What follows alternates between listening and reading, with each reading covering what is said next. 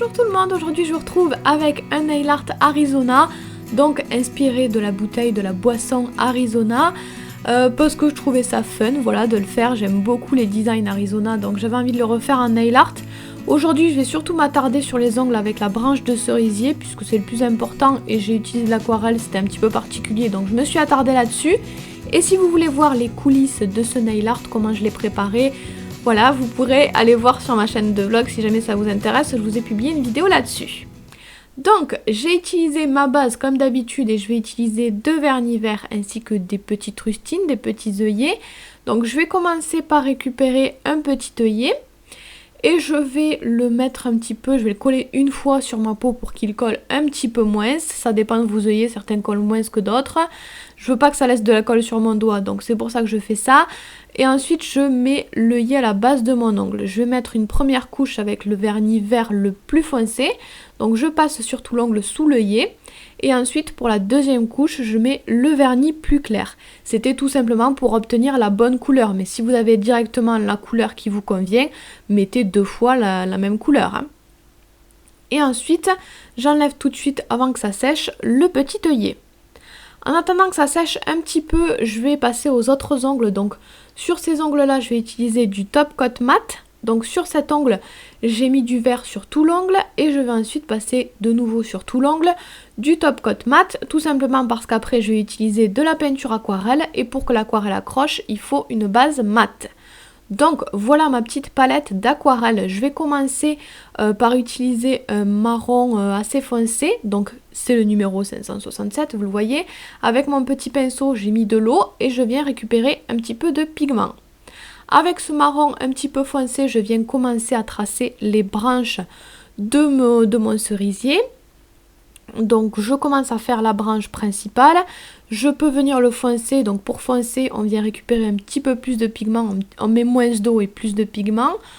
Et ensuite je vais venir ajouter voilà, des petites branches qui repartent de cette branche principale. On fait toujours des branches plus fines au bout de la branche, on essaye de donner du mouvement également, de faire une jolie composition et voilà, on joue un petit peu sur la transparence. À des endroits c'est plus foncé que d'autres, voilà, on essaye de mettre des nuances en fait, c'est l'intérêt d'utiliser l'aquarelle.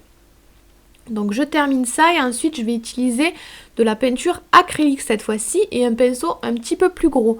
Donc j'ai mis de la peinture sur ma palette et je viens bien charger mon pinceau qui a un bout un petit peu rond on va dire.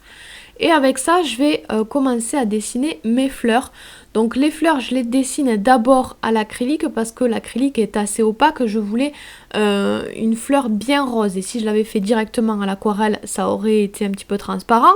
Donc je fais la base en rose, donc ce sont des fleurs à 5 pétales, des fleurs assez simples, je ne me suis pas embêtée, mais certaines ne sont pas totalement ouvertes, certaines sont orientées d'une manière différente, donc en fait elles ne sont pas toutes de face, du coup elles n'ont pas toutes 5 pétales, donc c'est très important d'en faire des différentes, de différentes tailles et surtout dans différentes orientations.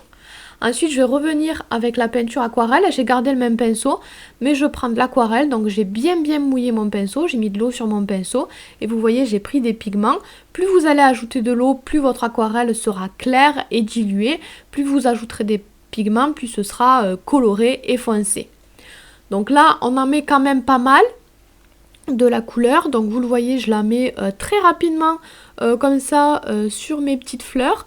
Pour ajouter un petit peu de couleur, donc dans un premier temps je fais ça, il y a quand même beaucoup d'eau sur mon pinceau aussi. Ensuite j'ai essoré mon pinceau, j'ai enlevé du pigment sur mon pinceau, mais j'ai quand même gardé un petit peu d'eau sur mon pinceau. Et je reviens travailler, je reviens mettre un petit peu d'eau sur mes fleurs. Mais je les travaille pas trop non plus, je laisse la peinture faire un petit peu ce qu'elle veut, parce que je veux rien de précis, je veux juste ajouter quelques nuances à ma fleur, je veux qu'elle soit plus foncée à certains endroits et je veux qu'on retrouve l'effet de l'aquarelle.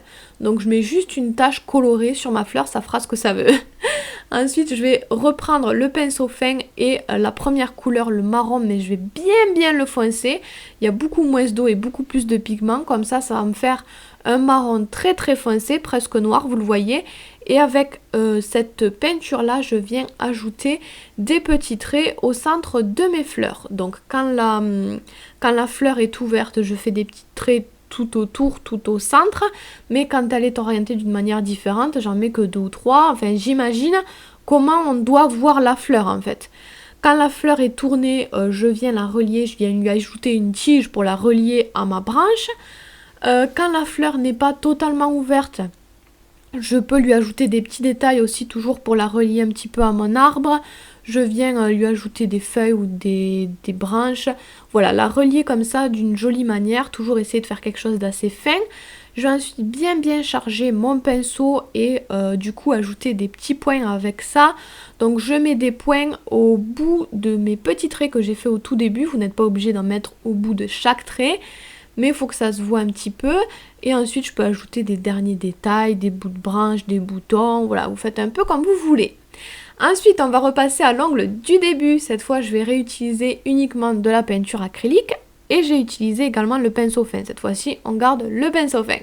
Donc je commence avec la peinture blanche à délimiter là où j'avais mis l'œillet. Je vais faire une bande quand même assez large pour pouvoir dessiner à l'intérieur.